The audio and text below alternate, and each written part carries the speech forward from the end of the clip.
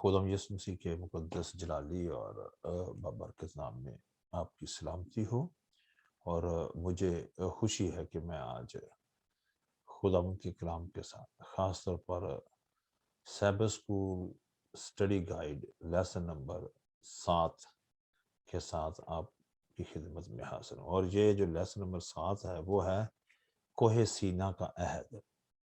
بہت ہی خوبصورت اسٹڈی ہے اور ہم آج دیکھتے ہیں۔ اور آج کی جو ہماری میموری ٹیکس ہے، ہماری حفظ کرنے کی جو آیت ہے وہ خروج کی کتاب 19 باب اور اس کا 4 آیت ہے۔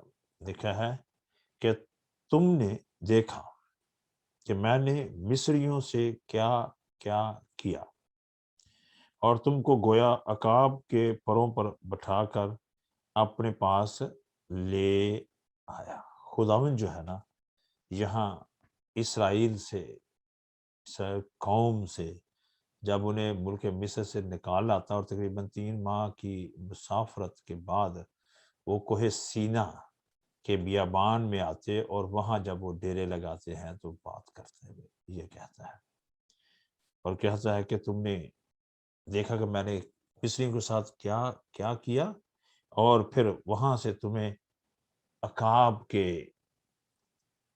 پروں پر بٹھا کے لے آئے۔ ہم اس پر زیادہ آگے جگہ بات کریں گے۔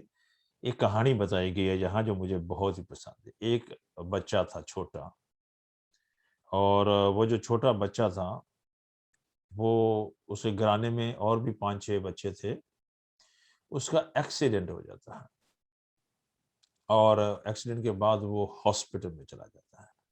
ہاسپٹل کی نرس اس کے لیے ایک بڑا گلاس دودھ کا لے کے آتی ہے پینے کے لیے، لیکن وہ بچہ جو غریب تھا، غریب ہے، تو وہ گھر میں جب اپنے گھر میں اسے چھوٹا گلاس دودھ کا ملتا تو وہ بھی ہاف ملتا، اسے دوسرے اپنے بہن بھائیوں کے ساتھ شیئر کرنا ہوتا تھا، اور جو پورا گلاس بھر کے مل جاتا تو ایک کو آدھا پینا ہے اور دوسرے کو آدھا پینا ہے۔ تو اس سلسلے میں جب اس کو یہ پورا گلاس دیا گیا تو وہ اس وقت کے بارے میں سوچتا، کیا یہ میرے لیے ہے؟ اس نے پوچھا۔ تو نرس نے بڑے ہی خوبصورت طریقے سے اسے جواب دیا، yes it is all for you. کہا ہاں یہ سارا تیرے لیے ہے، child go and drink it. اور یہی حال جو ہے نا اسرائیل کا تھا۔ اسرائیل غلامی کے دنوں میں غلام تھے، غلامی میں سے نکال دیے گئے، اور خدا انہیں لے آیا وہاں سے عقاب کے پروں پر بٹھا کر، اور انہیں اعلیٰ اور اعلیٰ چیزیں دی جو پہلے نہیں تھی ان کے پاس۔ خداوند نے اسرائیل کو اپنی نجات سے نوازا، رہائی مخلصی سے نوازا، اور ان کو اپنے لوگ بنایا، اور وہ سالوں سے 400 سال سے اس غلامی کے میں سے جہاں سے خداوند نے نکالا، اور جب وہ 400 سال اس غلامی میں تھے تو ایک اور بڑی اہم بات ہوتی ہے جو بڑی ہمیں جاننے کی ضرورت ہے، کہ وہ مصریوں کے دیوتوں کے پجاری ہو چکے تھے، اور خدا جب انہیں نکال کے لاتا ہے تو انہیں بتاتا ہے کہ اب تم میرے لوگ اور میں تمہارا خدا ہوں۔ یہ جو بات یہاں خدا نے کی ہے کہ میں نے تمہیں عقاب کے پروں پر بٹھا کے لے آیا۔ عقاب کی جو یہاں بات ہے بہت ہی خوبصورت ہے۔ عقاب اپنے بچوں کے ساتھ بڑی اسپیشل محبت کرتا ہے، اور انہیں کبھی بھی کوئی نقصان نہیں پہنچنے دیتا، انہیں اڑان سکھاتا ہے۔ ٹف لائف میں جب وہ چھوٹے ہوتے ہیں اوپر سے گرا دیتا ہے، اور وہ باپ انہیں جپٹ کر لے لیتا ہے، اور وہ سیکھتے ہیں اس طریقے سے۔ جب یہ بات ہم دیکھتے ہیں تو یہاں ایک اور موسیٰ نے نجات کا تصور اپنی رائٹنگز میں دیا، اور وہ ہے یہ تو ہم خروج کی کتاب میں پڑھ رہے ہیں، لیکن وہ بڑا جو ہے وہ پیدائش کی کتاب میں پایا جاتا ہے، اور وہ پیدائش کی کتاب میں خاص طور پر نوح کا ذکر ہے نا، نوح کا ذکر ہے۔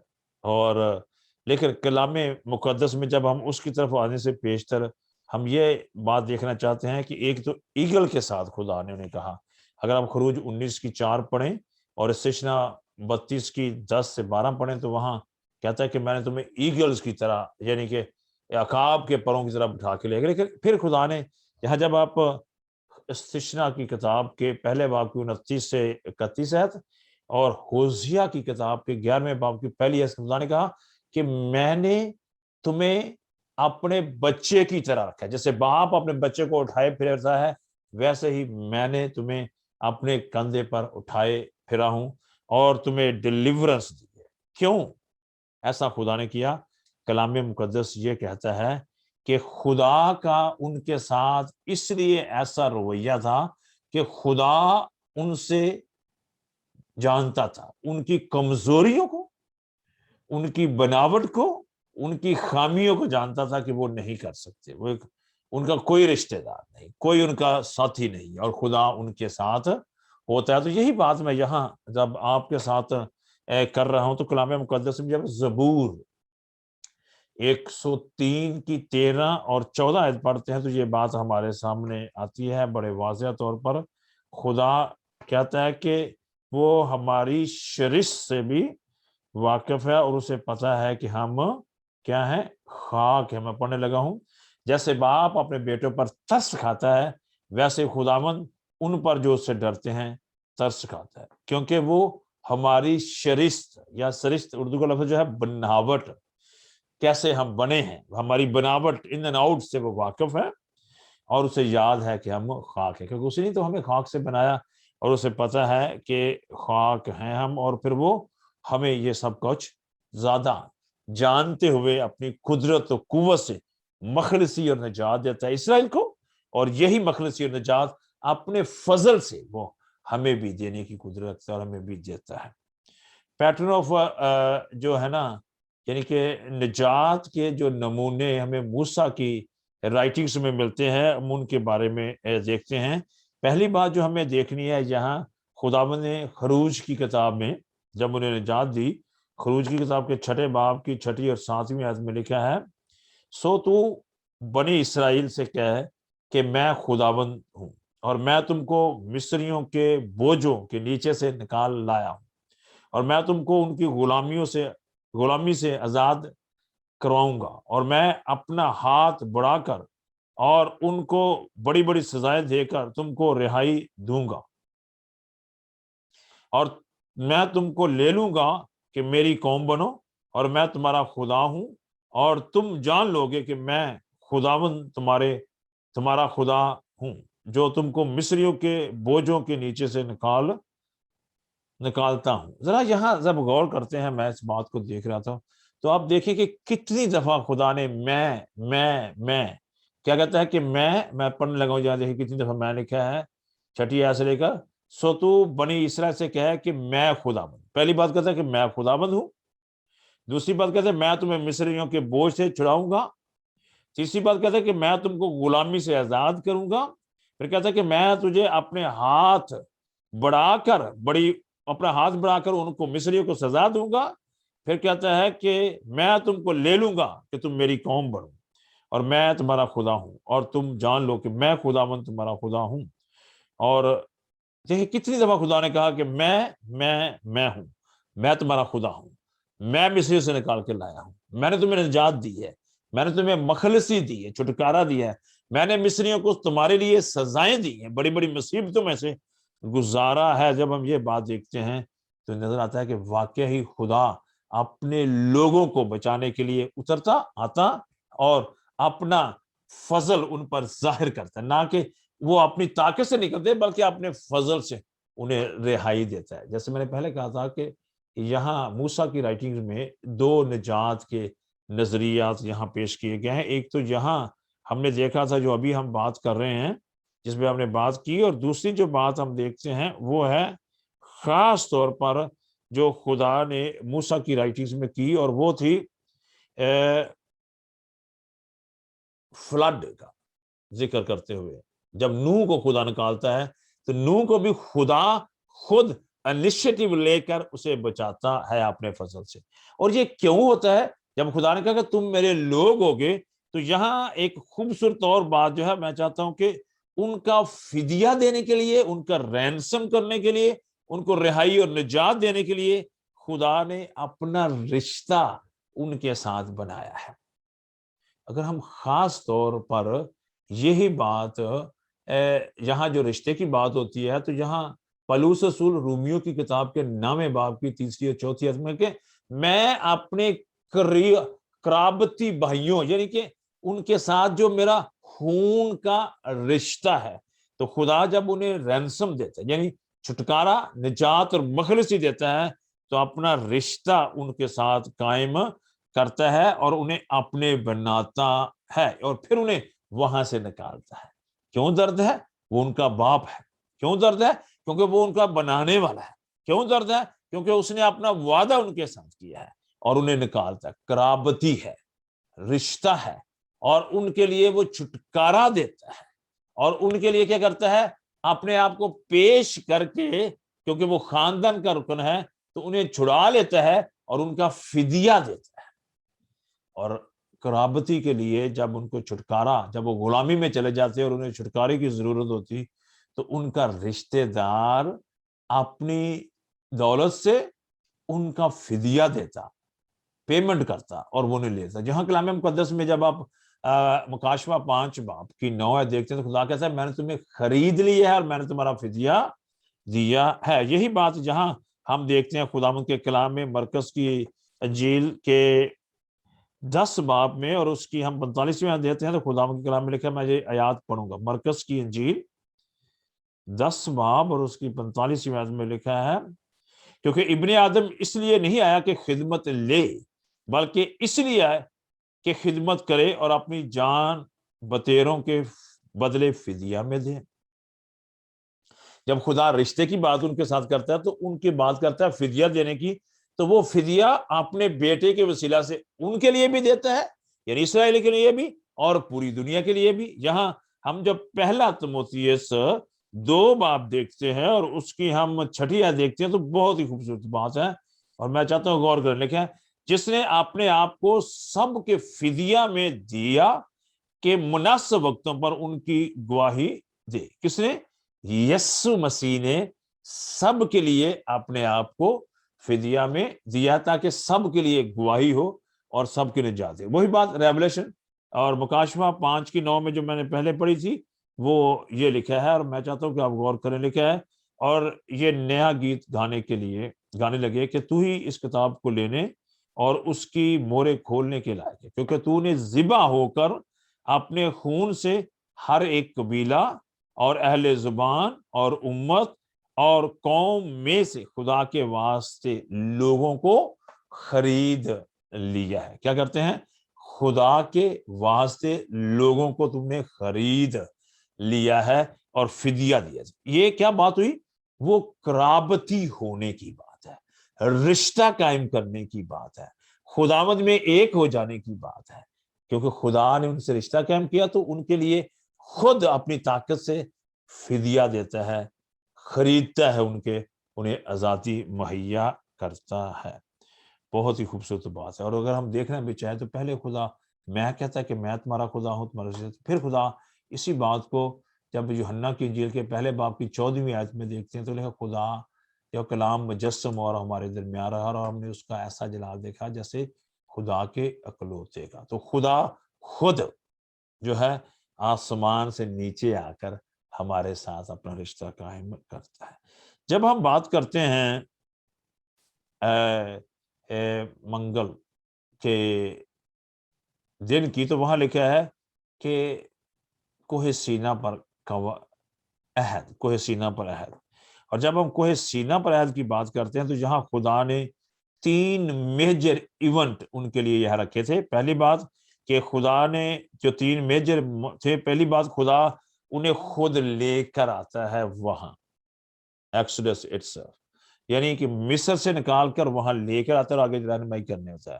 خدا ان کے ساتھ وہاں ایک کوننٹ یعنی کہ عہد قائم کرتا ہے، اور پھر خدا جو ہے ان کے درمیان رہنے کے لیے ہیکل تعمیر کرتا ہے۔